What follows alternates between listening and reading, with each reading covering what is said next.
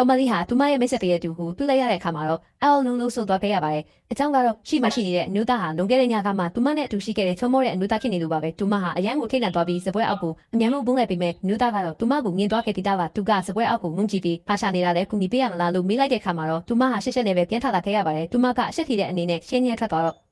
ငါရဲ့ချိန်ရှုံမှုကိုလာမနောက်ဆက်နဲ့လို့ပြောလိုက်ပေမဲ့မျိုးသားကတော့သူမရှိမှတီတီနေနေပဲဝင်ထိုင်လိုက်ပြီးသူ့ရဲ့မိတ်ဆက်ကပ်ကိုထုတ်ပြပါမင်းရဲ့ဒီနေ့ချိန်ဆထားတဲ့သူကငါကိုယ်ပိုင်ပဲလေလို့ပြောလိုက်တဲ့ခါမှာတော့သူမခမရဘာတင်ပြောရမှမသိအောင်ဖြစ်သွားပါတော့တယ်နောက်ဆုံးတော့သူမဟာတငယ်ချင်းစီကဖုန်းလာတယ်လို့ဟန်ဆောင်ပြီးငါတို့ကဒါသာမဖြစ်ဘူးလို့ပြောကအမြန်ထွက်ပြေးသွားခဲ့ပါတယ်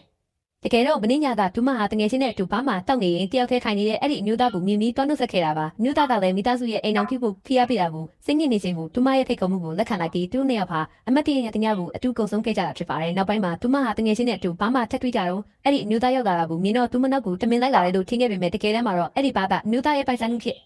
နေကြပါတယ်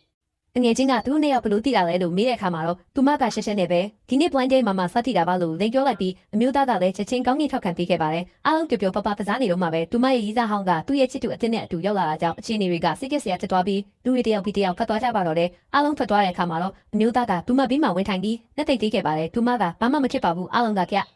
ဒီတော့ပါပြီလို့ပြောရင်စပွဲပေါ်ကပစ္စည်းတစ်ခုကိုလှမ်းယူလိုက်တဲ့အချိန်မှာတော့အမျိုးသားရဲ့လက်နဲ့မတော်တဆခိမိသွားပါတော့တယ်အဲ့ဒီနောက်မှာတော့အမျိုးသားကသူမကိုစိုက်ကြည့်ရင်နည်းနည်းချင်းနှိကပ်သွားခဲ့ရတာနဲ့